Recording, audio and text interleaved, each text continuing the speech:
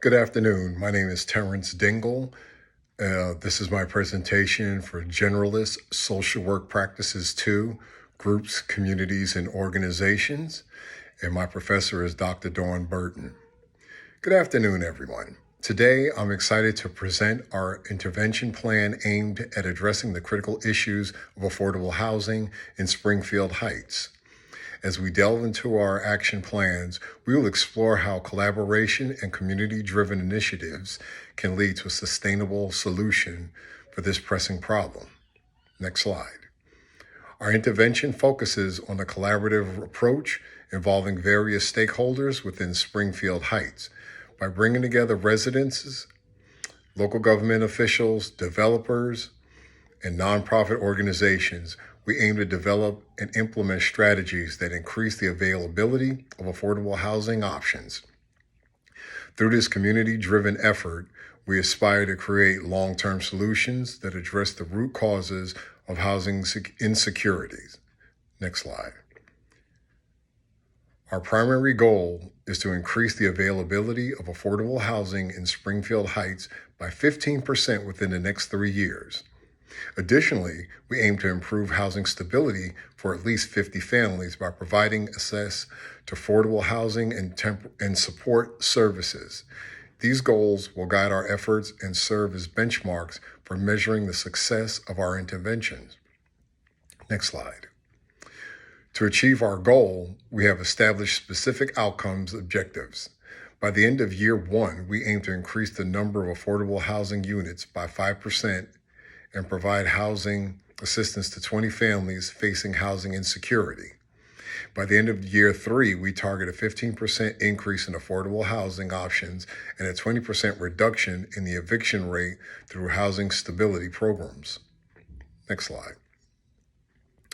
Our intervention involves several process objectives to ensure effective implementation. These include establishing a community task force to oversee the intervention, conducting a comprehensive need assessment to identify barriers, and developing partnerships with developers to incentivize affordable housing construction. These objectives will guide our actions and facilitate collaborations among stakeholders. Next slide. To initiate our intervention, we require various resources.